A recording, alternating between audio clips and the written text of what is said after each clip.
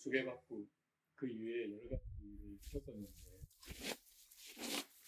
망상이라 생각하고 제가 말씀 안 드렸지만 네.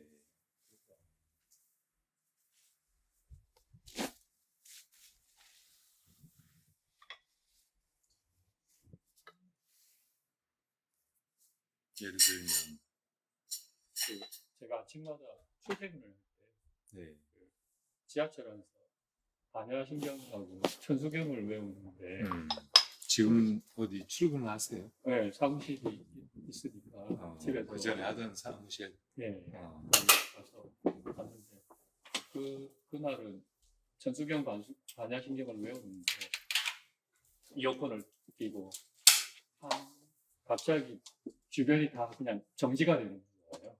제 주변에 사람들이 그냥 이렇게 사진을 찍히는 것처럼 소리가 하나도 안 들리고 제가 이게 어떤 현상일까 그러고 나서 아무것도 안 들리는 거예요, 제 귀에. 네. 그래서 그럼 이게 좀 언젠가는 뭐 사라질 것 같은데 천수경 소리나 반야신경 네, 그 소리도 안 들리고 그 소리도 안 들리고. 네, 그냥 주변이 다 동작 그만을 하는 거예요. 네. 정지하면서 제가 그러고 나서 몸이 공중을 뜨더라고요. 그래서 이게 그러다가 사라지겠지. 본인이 느끼기에 아니면 제가 지하철 좌석에 앉았는데 네. 제 육체는 있는데 제 네. 뭔가가 바깥에서 뜨는 거죠, 바깥으로. 그래서 대략 그게 한 30초 정도. 네. 그러고 나서 이제 지하철이 이제 덜컹거리니까 그러면서 다시 돌아오더라고요. 그거는 수계받고 얼마 안 돼서 네. 그리고 나온 김에 말씀을 다 드리면 한 일주일 전에는 부처님 음성도 들었어요. 저보고 이름을 부르는 거예요. 저는 그때 놀라진 않았고 이게 다 지금 내가 뭔가 얼마나 망상을 키웠으면 이런 소리까지 들었을까 하면서 그러고 있었던 거예요. 네. 그건 한 일주일 전. 네.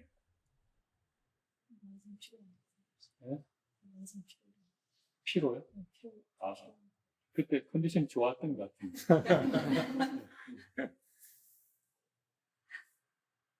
화두는 잘 들리세요? 네, 제가 스님 주신 화두를 듣는데 제 혼자 그냥 알았다고 느꼈는데 아니야 이건 또 틀렸을 거야 하면서 또 다른 생각을 그리고 제가 변화됐다는 걸 절실히 느끼는데 경계들이 나타나면 제가 또 무너지는 걸 느껴요. 또 내가 탐진치를 부리는구나. 내가 또 이 어리석은 생각을 하구나 하니까 이제 저는 여전히 부족하다는 생각에 내가 뭘 알았다고 도저히 이렇게 자신 있게 말씀을 못 드립니다. 네.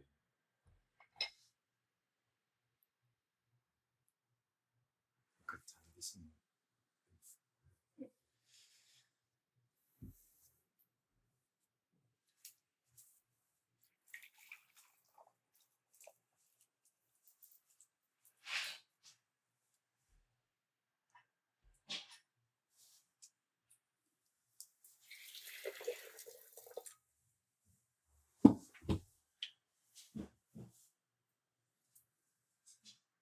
오늘 언제 잠깐이라도 개인적으로 점검을 받는 게 좋을 것 같고요. 보편적인 말씀만 드린 거라고 같이 나누게 얘기를 해보면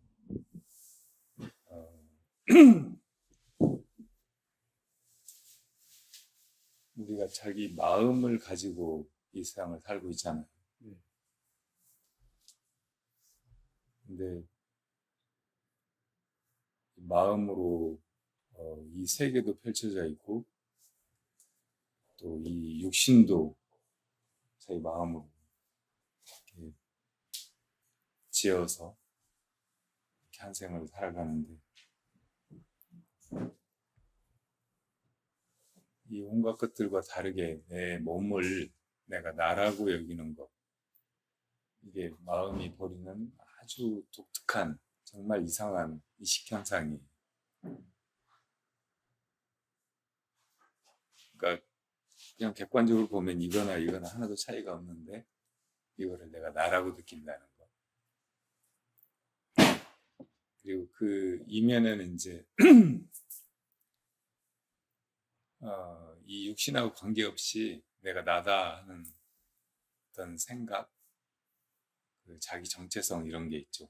이런 게 이제 자의식이고, 이 육신은 사실은 바깥에 다른 사물 혹은 다른 사람의 육체 이런 거하고 다를 바 없이 그냥 지수화풍으로 이루어진 것에 불과한데, 이것을 내가 나라고 동일시하는 거예요. 내 안에 자의식하고 이거하고 거의 똑같이 느낄 때가 많아요. 어떤 때는 이제 이걸 또 객관적으로 보고 엄밀히 이야기하면 이것은 내가 아니고 내가 소유한 혹은 내가 깃들어 있는 하나의 인간의 몸이다 이렇게 느낄 때도 있긴 하지만, 근데 이제 우리가 수행해 나가는 것은, 어서 오세요, 이 세상의 온갖 것들을 따로따로 보고 그거를 나 아닌 것 혹은 나 이렇게 여기던 분별에서 벗어나는 거예요. 예. 그래서 이런 분별이 이제 다 사라져야 사실은 모든 것이 하나인 그 느낌. 어찌 보면 모든 것이 다 나가 된 느낌, 모든 것이 내 마음인 느낌으로 이렇게 살아가게 되죠. 그런 어떤 그 최초의 통찰이 깨달음이라고 말할 수도 있어요. 사라져버리는 그 느낌. 근데 이제 거기로 나가는 과정에도 수없이 많은 어떤 경험의 변화 혹은 내가 보고 듣고 또 이 육신을 움직여서 이렇게 살고 하던 것이 그전과 완전히 달라지는 그런 계기들이 많이 있어요. 그럼 경계가 달라진다고 하죠. 정말 그 상상도 못하던 여러 가지 체험이 있을 수 있는데, 많은 경우에 그런 체험이 정말 놀랍고 지금까지 한 번도 겪어보지 못한 거고 다른 사람들은 그런 거 전혀 모를 것 같고, 그러니까 그게 이제 굉장한 종교적인 경험일 것이다, 혹은 뭐 깨달음이나 혹은 신의 계시를 받아서 내가 이제 이 세상에 그 속된 이 흐름에서 벗어나서 성스러워진 그런 계기가 아닌가, 내가 이제 신의 계시를 받아서 구원받은 거 아닌가, 그런 식으로 해석하는 경우도 많이 있어요. 근데 이런 그 우리 존재가 깨달음을 향해서 나아가는 그런 과정에서 겪는 이 변화들은 그런 거를 잘 아는 사람, 먼저 체험을 해보고 끝까지 가보고 해서 바른 안목을 가진 스승한테 점검받고 지도받지 않으면 잘못될 가능성이 너무 많아요. 그러니까 이 세상에 정말 많은 종교나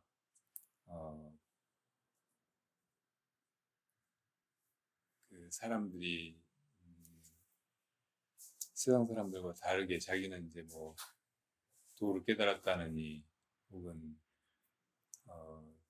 이 세상의 진리를 알았다느니 혹은 천국을 보았다느니 하나님을 보았다느니 막 하고 하는 수많은 것들이 사실은 다 그런 우리 의식의 경계 변화에 불과하고, 그런 걸 잘못 해석해서 자기 스스로 도취되고 또 이제 잘못하면 다른 사람들을 속이고 하는 그런 잘못된 종교의 길로 가는 그런 허물이 업이 될 수 있거든요.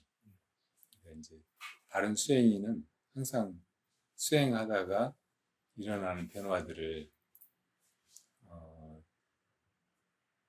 무심히 대하고 그냥 놔두고 본래 자기 수행으로 돌아오는 것, 이것을 제일 중요한 원칙 같은 걸로 생각해요. 그러니까 정말 자기가 깨달았고 마지막 목적지에 이르렀고 그러면은 그거를 스승을 찾아가 가지고 점검을 받고, 이렇게 점검을 확실하게 받아서 이제 그렇다는 걸 확인받기 전에는 함부로 그것을 이제 이게 끝이다, 이게 궁극적인 체험이다 이런 식으로 단정 짓지 않는 거, 이런 태도가 굉장히 중요한 거예요. 그런데 수행해 나갈 때 이제 자기 변화가 느껴지지 않으면 대부분 사람들이 그냥 그대로라고 생각하거나 혹은 수행이 아무런 효과가 없다 이렇게 느끼는 경우가 많거든요.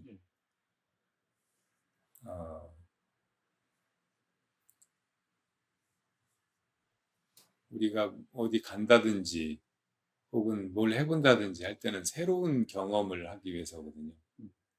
그 전에 안 보던 걸 보고 싶다든지 혹은 안 해본 일을 해보면서 그 새로운 느낌에 이렇게 해서 뭔가 즐거움을 찾는 거죠. 그러니까 그런 것이 없이 그대로 있으면 인간은 그 무료해하고 이제 자기 존재감을 자기가 그 나아지고 더 좋아진다는 그런 느낌을 갖기가 힘들거든요. 그러니까 이제 사람들이 여행이라든지 뭐 해보는 걸 좋아하고 수행을 할 때도 다분히 그런 느낌이 있으니까 수행을 통해서 자기가 조금이라도 좋아지고 또 새로운 체험을 하고 하는 거 이런 게 꼭 나쁠 건 없어요. 어느 정도는 그런 게 있어야 거기서 자극을 받기도 하고 이제 재미를 느끼고 열의를 가지고 더 해나가고 근데 이제 그 많은 수행의 길들 가운데 제일 빠르고 직접적인 길이라고 말하는 선 이런 특징이 하두의 이 심 속으로 들어가면 아무것도 없다는 거예요. 체험이라고 하는 것 자체가 끊어져 버리고 오히려 네 어서 오세요. 체험이라고 하는 건 체험하는 자와 체험의 대상이 되는 어떤 경계가 있잖아요. 그 구분 자체가 없는 상태로 그냥 바로 들어가 버린다. 그 그냥 그야말로 모를 뿐이지 아무것도 거기 없는 거예요. 잘 수행이 그 간화선 수행이 잘 될 때 그렇게 이제 아무것도 없는 상태로 들어가서 그냥 그렇게 한동안 지내게 된다. 그거를 이제 옛 분들은 아무 맛도 없다고 뭘 잠이라고 말하셨어요. 근데 진짜 수행하려고 하는 사람, 이 최상승의 선문에 수행하려고 하는 사람은 이게 뭘 잠이 한 공부라는 걸 알아야 돼. 그리고 그거를 당연하게 받아들이고 또 그렇게 해가다 보면 그 속에 묘한 맛이 있고 아무 변화도 없지만 아무 경계도 없지만 분명히 자기가 달라지고 있고 정말 깨끗해져 가고 있다는 걸 스스로 느끼거든요. 그런 거를 이제 일념 중에 아주 작은 재미라고 표현해서 몰자미 중 유사자미라고 몽산버거 같은 데는 나와요. 그렇게 가는 것이 하도 제일 잘 들은 거고 제일 빠른 거고 그러니까 그런 길을 알고 그렇게 해나가시면 좋아요.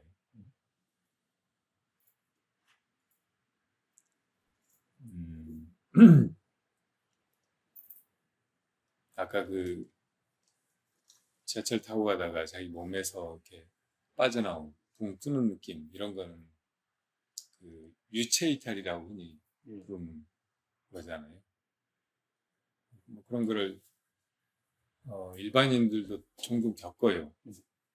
무슨 사고가 났다든지 혹은 몸이 굉장히 약해져서 기가 허한 상태가 됐다든지 뭐 자다가 겪는 경계들이 여러 가지가 있는데 어떤 때는 이제 그 가위 눌리는 현상 이런 걸 겪기도 하고 어떤 때는 그런 것도 아닌데 의식이 멀쩡하게 깨놨는데 이 몸을 움직일 수가 없는 그런 상태도 있어요. 이제 수행하다가 그렇게 될 수도 있는데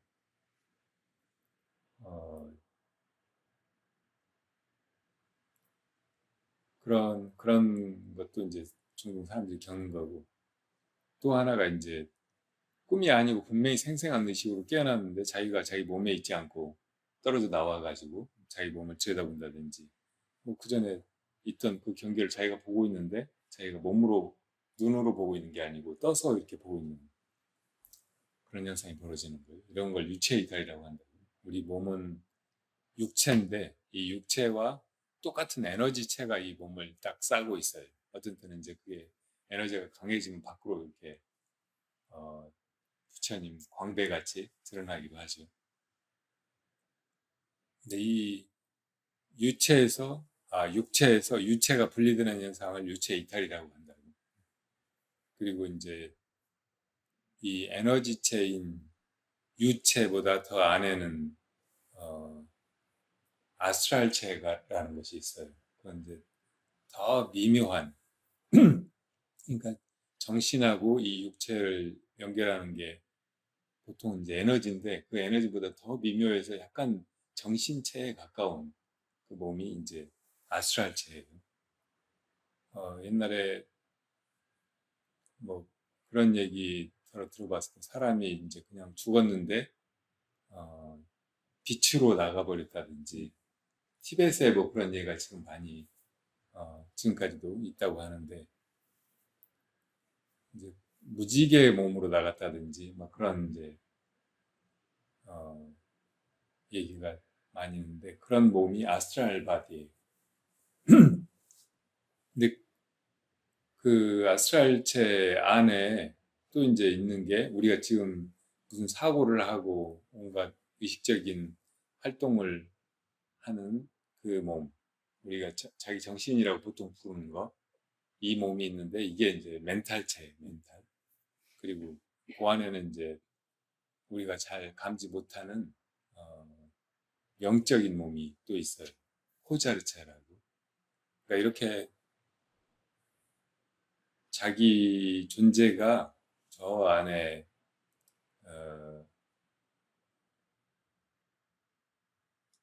내가 나라고 생각하는 그것 그리고 그 이면의 어떤 불교에서 보통 그 아리아시라고 부르는 그래도 이제 이건 내 기억이라든지 혹은 나의 그 과거에 살아온 모든 것이 다 들어있는 어떤 것이라고 이길 수 있는 그런 부분이 있단 말이에요. 그리고 이제 밖으로는 내 정신이 있고 또 내 아스트랄체가 있고 유체가 있고 그 다음에 육체가 이제 이렇게 있는 거죠. 그러니까 유체가 분리됐다는 거는 유체와 그 모든 것이 다 나가버리고 이건 그냥 껍질 같은 몸뚱이만 여기 남아있다는 말이라. 그러니까 유체만 분리된 게 아니고 그 안에 아스트랄체, 멘탈체, 코잘체 이런 게 다 이제 나가버린 거죠.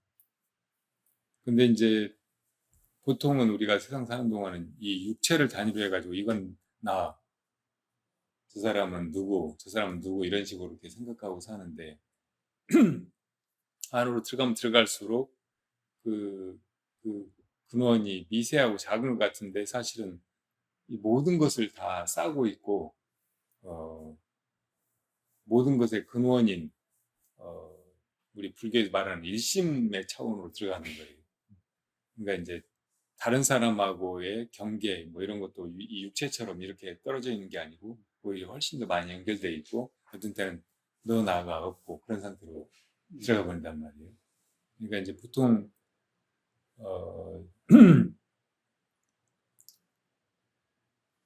다른 종교에서 예를 들어 이제 신을 만난다든지 혹은 신의 음성을 듣는다든지 혹은 뭐 신의 계시나 무당들이 흔히 그러지만 이제 신이 들려가지고 신이 여기서 이제 이 몸을 움직여서 막 이것저것 알아맞추기도 하고 뭐 우리가 알지 못하는 다른 세계, 죽음의 세계나 저승 세계의 어떤 메시지를 전하기도 하고 막 하는 일들이 이제 그렇게 벌어지는 거죠.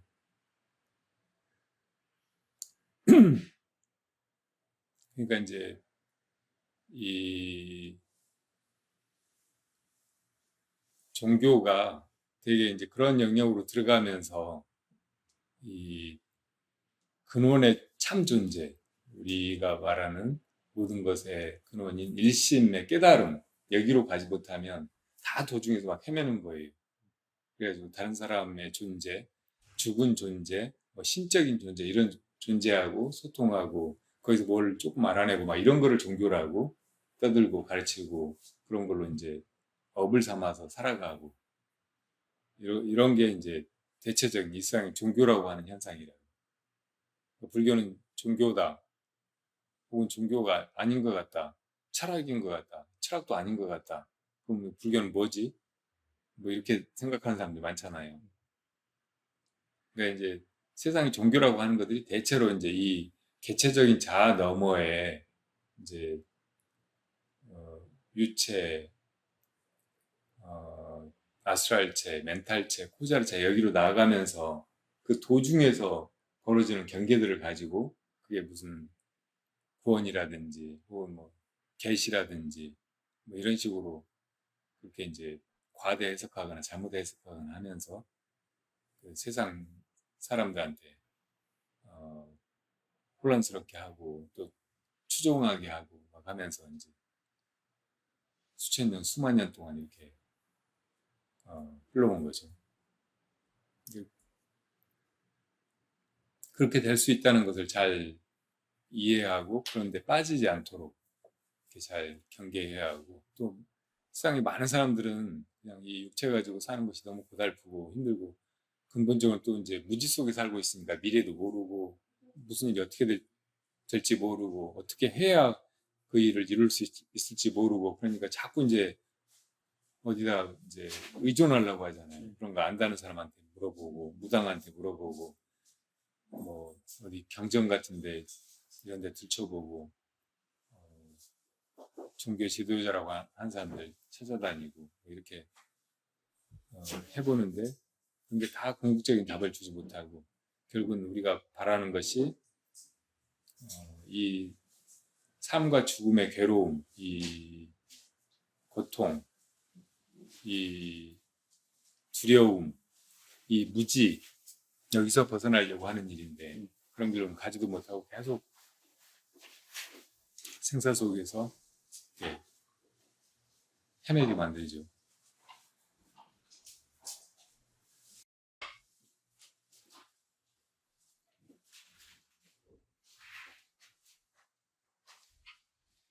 이제 화두를 들고 수행을 해가면 이제 먼저 그 전에 이것이다 저것이다라고 분별하던 그런 그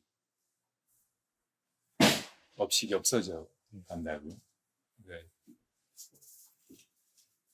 뭐 지금 우리 눈앞에 벌어지는 이것들을 우리가 볼 때도 이거 전체를 그냥 이렇게 볼 수도 있고 또 어떤 거 하나하나를 이렇게 나눠서 보면서 아 이건 뭐 이건 뭐 이거 이렇게 이제 분별하고 이름지면서 그렇게 볼 수도 있고 그렇잖아요.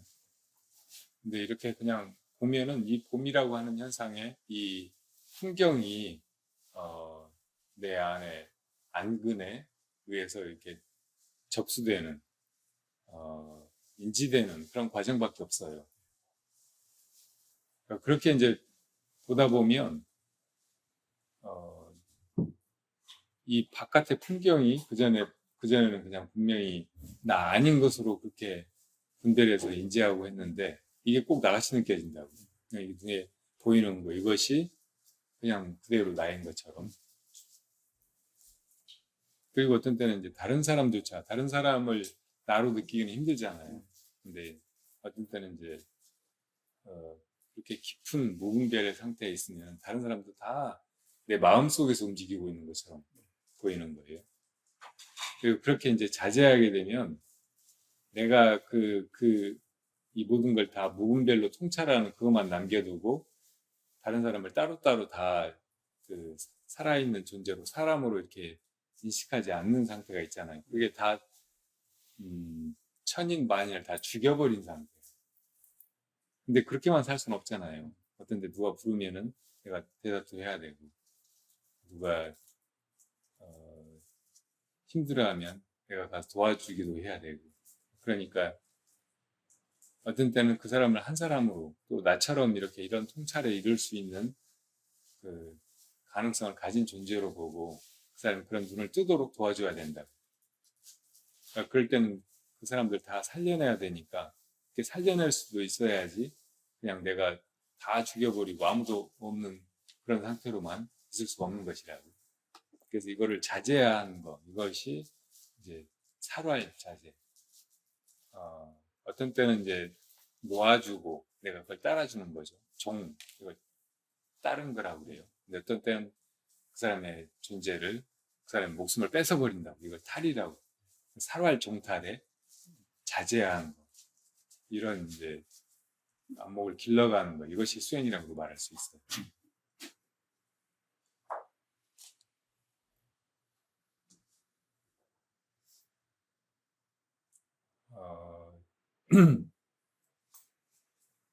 우리 우리 땅에서 나타난 훌륭한 선사 중에 이제 나홍 스님이, 고려 말에 나홍 스님이 누구나 다 인정하는 그런 훌륭한 도인이시거든요. 근데 그분이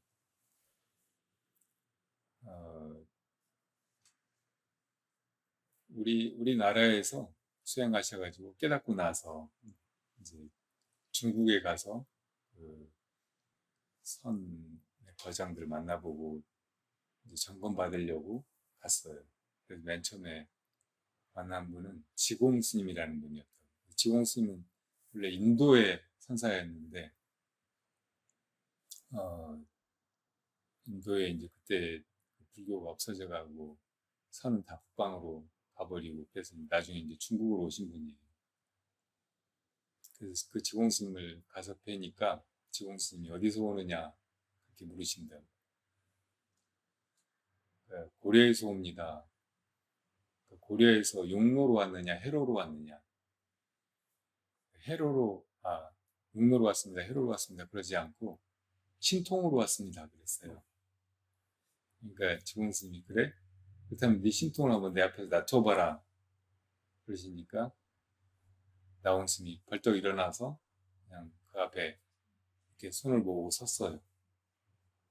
그러니까 그걸로 이제 지공 스님이 단박에 인정하시고 그 스님 문화에서 이제 조금 더 탁마하고 머물다가 임재종의 이 선맥이 평산철임이라고 하는 선사한테 전해지고 있다고 해서 그분을 찾아갔거든요.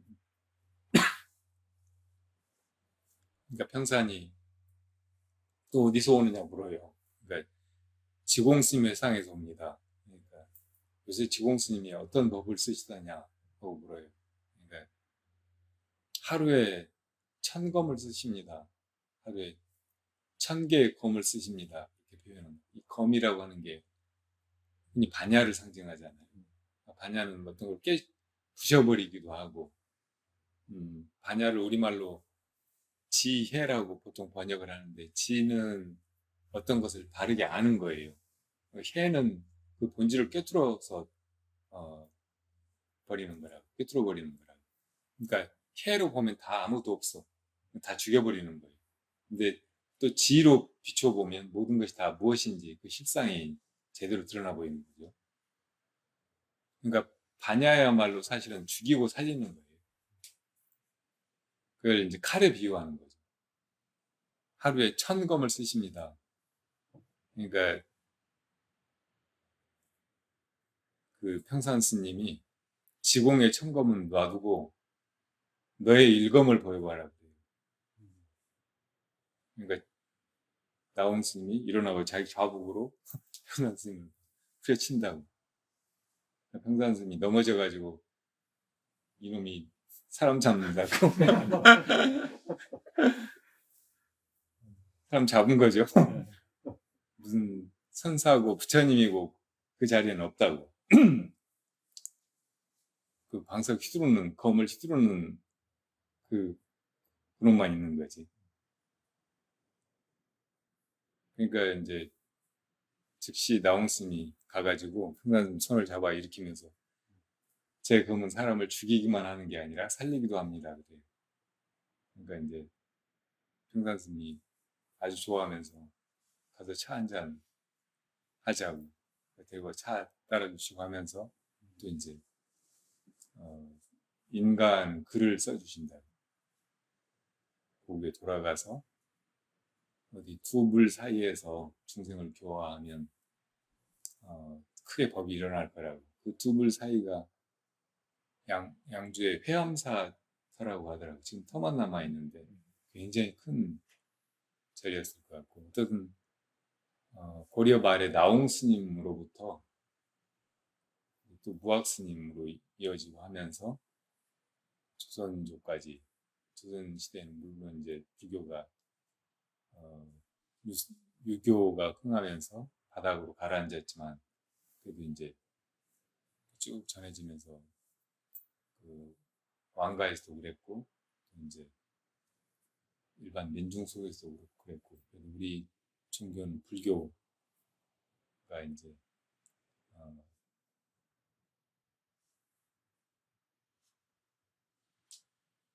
1500년 동안 이어져 오게 만들었고, 나중에 이제 서산대사나 뭐 이런 분들이 나타났고, 고려, 구한말에는 또 경허스님이 나타나고, 그래서 지금까지 이렇게 내려오고 있는 거죠. 여튼 거기에서 말하는 그 반야검,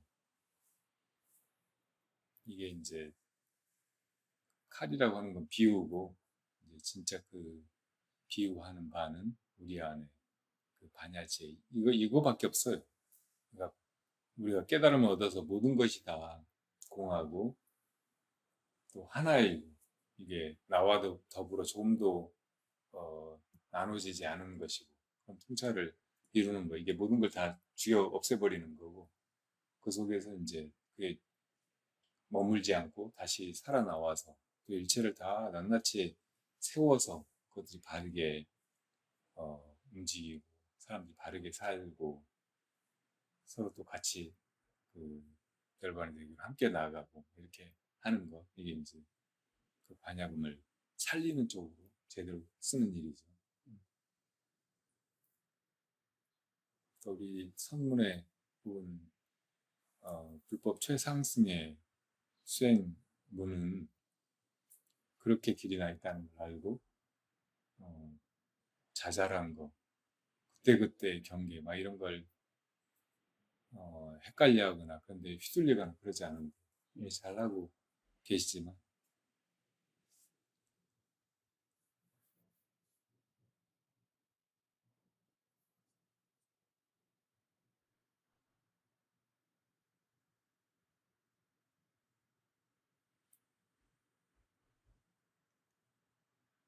이 몸을 내가 내 몸이다라고 이렇게 생각하고 있지만, 내가 예를 들면은 지금 스타거사님 목소리를 속으로 생각해 보면 떠오르잖아요. 네. 그 목소리는 스타거사님이 실제로 내는 게 아니고 내가 상상하는 거잖아요.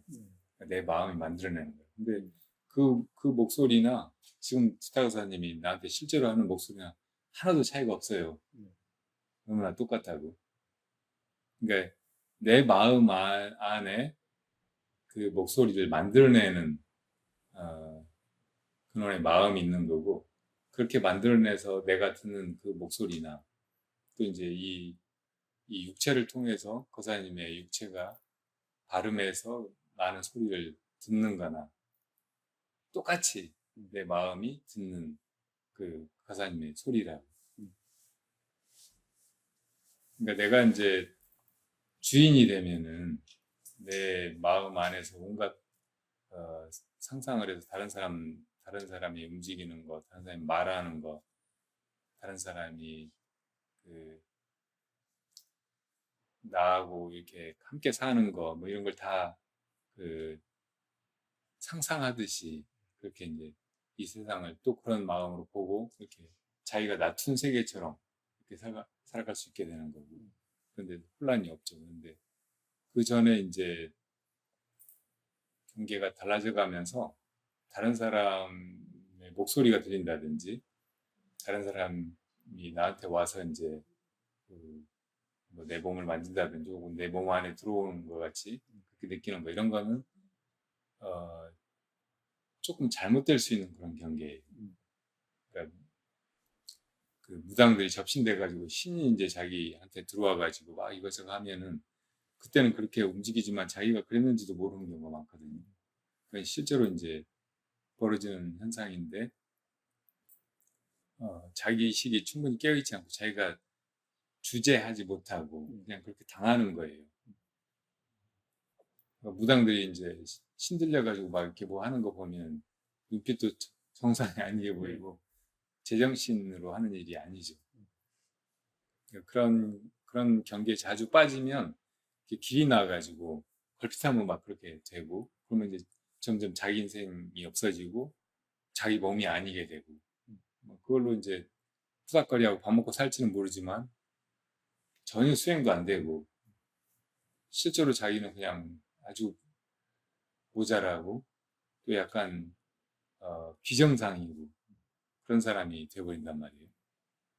되게 이제 그런 게 일어나려고 할 때 그 신병이라고 하는 것이 뭐죠? 이 몸은 그래도 내가 주인이어가지고 하나의 그 통합성을 가지고 내가 완전히 이제 제대로는 완전히는 아니지만 어느 정도는 내가 주재할 수 있어야 되는데 다른 정신이 들어와가지고 막 그러기 시작하면은 이게 정상이 아니고 막 하니까 남들이 보기에도 미친 사람 같고 정신이 이 사람 정신이었다 저 사람 정신이었다 하니까 그 자기 몸이 느끼기에도 이게 너무 막 혼란스럽고 불편한 거예요. 그렇게 막 아픈 걸 신병이라고 하죠. 그런 식으로 돼버리면 안 된다고. 그게 들어오는 것이 뭐 죽은 영가에도 좋을 턱이었고 살아있는 누군가에도 좋을 턱이었고 심지어는 뭐 부처님이나 보살이나 우리가 이제 불교적으로 따르고 싶어하는 그런 그런 거룩한 분도 마찬가지다. 그러니까 산수행하는 사람 그런 것에 휘둘리지 말아요. 그러니까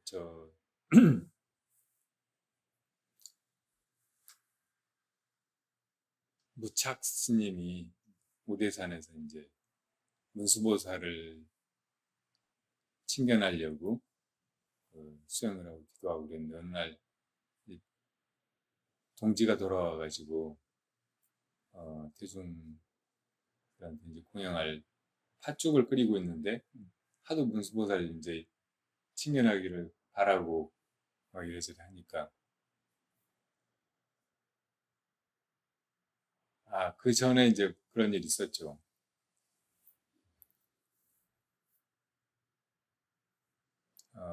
수행을 열심히 하고 이제 어디 그 남자에서 지내니까 며칠 동안 대중 사는 큰 절에 안 내려온다고. 그러니까 큰 스님이 이제 며칠 만에 내려오니까 왜 공양을 안 내려오냐고 하니까 수행하다 보면 누가 음식을 갖다 준다고. 그런 건 이제 찬공이라고 불러요. 하늘이 이제 정말 수행을 잘하고 있는데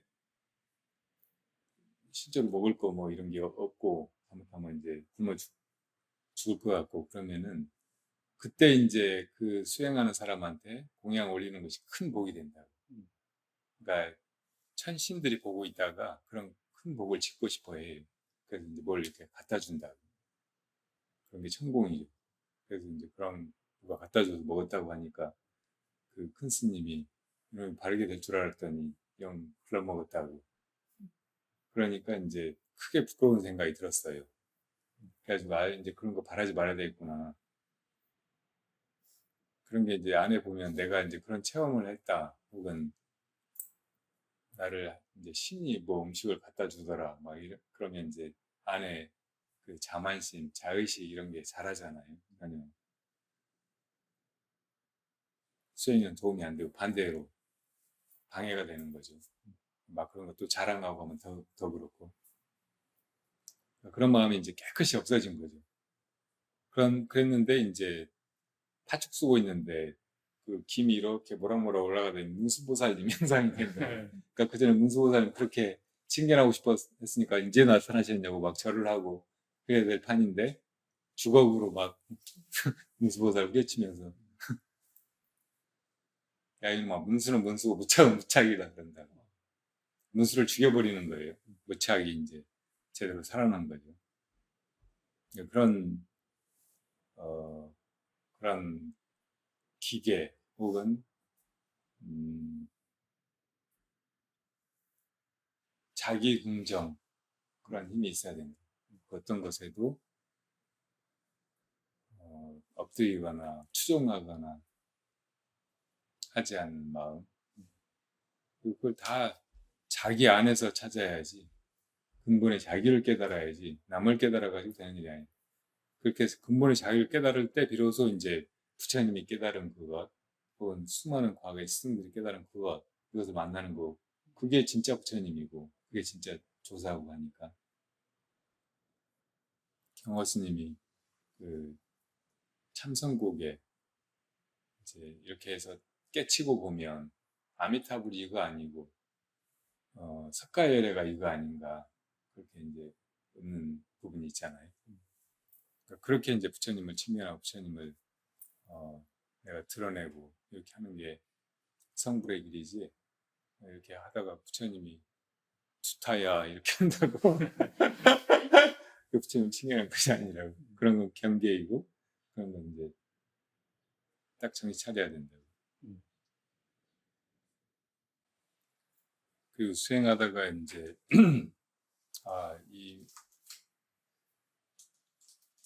이 화두를 탑한 것 같다. 이 공안 알 것 같다. 이렇게 느낄 때 대체적으로는 이제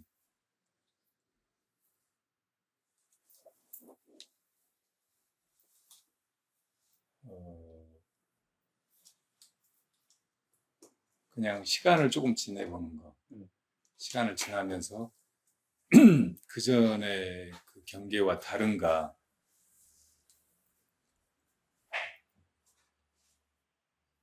그 전에 자기가 보고 살아가던 세상 이런 거하고 지금 이렇게 달라진 안목을 가지고 보는 세계가 다른가. 이걸 지켜보는 거예요. 그럼 조금 지나가면서 이게 완전한 경계가 아니면 그냥 금방 없어지고 옛날로 돌아가 버린다. 그럼 아닌 줄 아는 데. 또 하나는 이제 예, 어서 오세요. 네. 홍화에서 잘 지내셨어요? 서울에 지내셨어요? 오늘 그래요? 네. 저쪽이.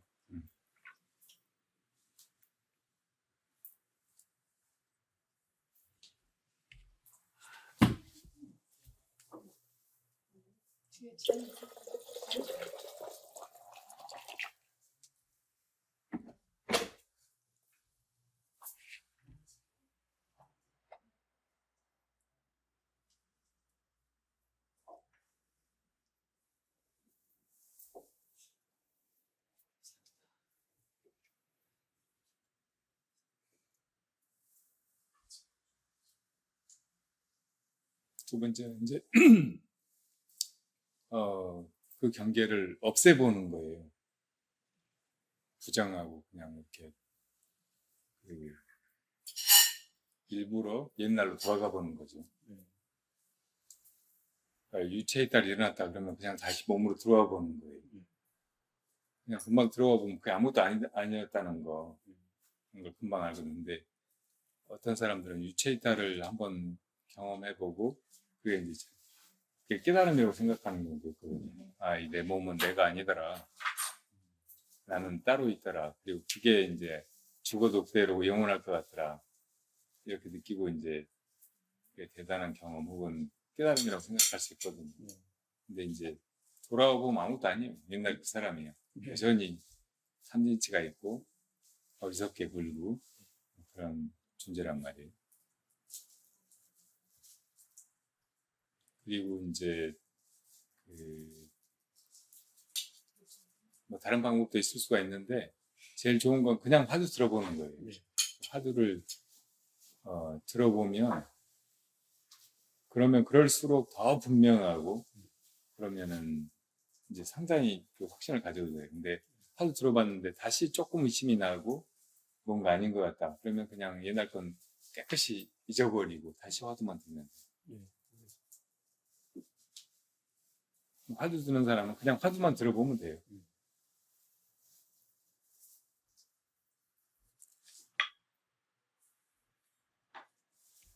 스님들도 저희처럼 아무 증상이 없는 사람들보다는 아무 진전이 없는 게 공부 잘하는 거라니까요.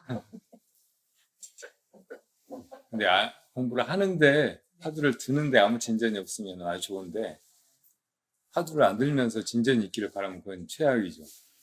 진전이 있을 턱이 없지.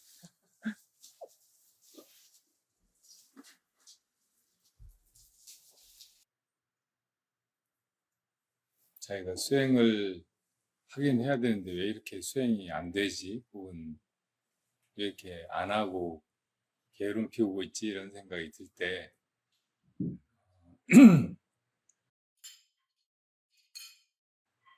그때 이제 그 몇 가지 점검해 봐야 될 것들이 있어요. 우선은 이제 자기한테 그 각성이 부족하지 않은가. 정신 차리고 보면 지금 내가 이렇게 불법을 만났다는 거, 수행의 길을 배웠다는 거, 또 가르쳐주고 점검해주고 할 만한 분이 있다는 거, 이런 게 얼마나 다양스럽고 좋은 기회인지 모르는데 그런 줄 모르고 그냥 지내고 있는 거예요. 각성이 부족해서. 그, 그, 그 각성이 있는가 한번 점검을 해볼 필요가 있고, 그리고 이제 이게 너무 조급한 마음 아닌가. 빨리 이제 결과를 얻고 싶은 마음. 그리고 이제 자기가 수행이 정말 되고 있는지 안 되고 있는지, 혹은 어느 만큼 나아갔는지, 이거는 자기가 지금 볼 눈이 없어요. 근데 괜히 자기가 그냥 불안하니까 내가 제대로 가고 있나, 어디만큼 왔나, 막 이렇게 그런 생각이 들 수 있거든요. 그거는 이제 좀 이렇게 믿음이 부족해서 그래요. 이게, 어, 이 길이 분명하다. 그리고 스승이 틀림없이 나를 바른 길로 끝까지 잘 이끌어 줄 것이다. 이런 믿음이 있어야 된다고. 그래야 딱 맡겨버리게 돼. 그리고 이제 그렇게 맡겨버리고 나가다 보면 편안하고 또 그렇게 가는 게 행복한 거예요. 만족스럽고. 아무것도 내가 얻지 못했고, 뭐 크게 달라져가고 뭐 그러지 않아도 그냥 이렇게 이 길 위에 있다는 것 자체가 어, 아주 편안하고 만족스럽고 행복하고 그렇다고. 그렇게 나가면 좋아요.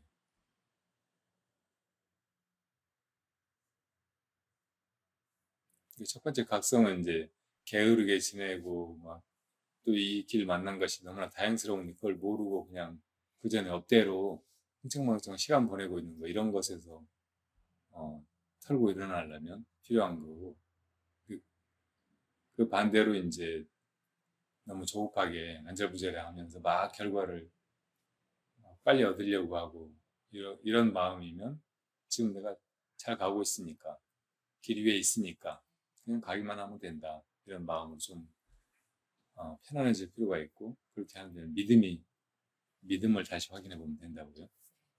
그렇게 하면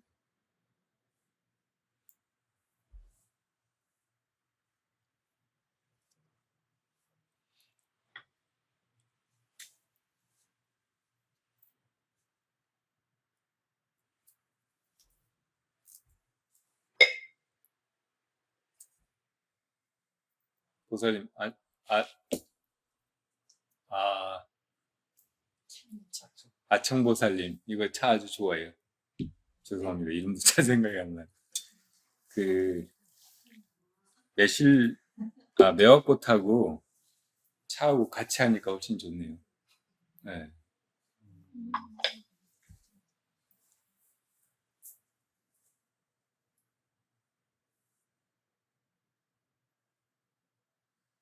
그 네팔 가는 일은 지금 코로나가 또 막 여기저기 확산되고 있잖아요. 지금은 집계도 잘 안 되고 약간 그 모든 바이러스가 몇 차례 변이를 거치면서 그 전파력은 점점 높아지는데 치명률은 떨어지는 단계를 거쳐가요. 그러니까 초기에 잘 막는 거 이게 굉장히 중요하고 나중에는 그냥 그렇게 중국같이 제로 코로나 막 이런 식으로 만들려고 억지로 하는 것보다는 그냥 뭐 사람들이 감기처럼 걸려서 그냥 면역도 생기고 뭐 이래저래 일상생활 해나가는데 그게 장애 안 받으면 그냥 같이 지내고 윌 코로나로 이렇게 하면서 극복을 해야 되거든요. 그러니까 우리나라가 참 지금까지 잘해왔어요. 지금은 이제 너무 막 무대책이고 막 그런 것 같긴 하지만 그 전에 할 만큼은 다 잘 해와서 지금 걱정 안 해도 될 단계이긴 한데 이제 우리처럼 못 해온 나라들은 그 전에도 이제 사람들이 많이 죽고 희생이 많았지만 지금도 약간 불안한 데가 있거든 측면이. 그래서 이제 요번 그 네팔에서 채식을 주제로 해서 뭐 강연 같은 것도 하고 뭐 이런저런 행사를 하고 하려고 했던 그 계획은 지금 단계에서는 약간 모험이 따르는 것 같아요. 그래서 제가 확실하게 결정을 못했는데 될 수 있으면 그 계획은 완전히 원점으로 돌리고 다른 여행을 그냥 우리끼리 그 법화장사에 다녀오고 또 이제 많이 안전해 보이면 더 위까지 좀 올라가고 이런 그 산행 계획으로 바꾸려고.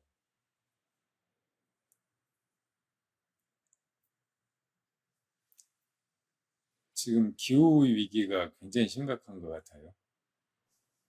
그래서 이제 남극이나 북극에서 빙하가 막 녹기도 하고 또 산 위에 있던 만년설이 녹아서 눈사태 같은 게 많이 일어나고 그런 거는 굉장히 위험하기도 하거든요.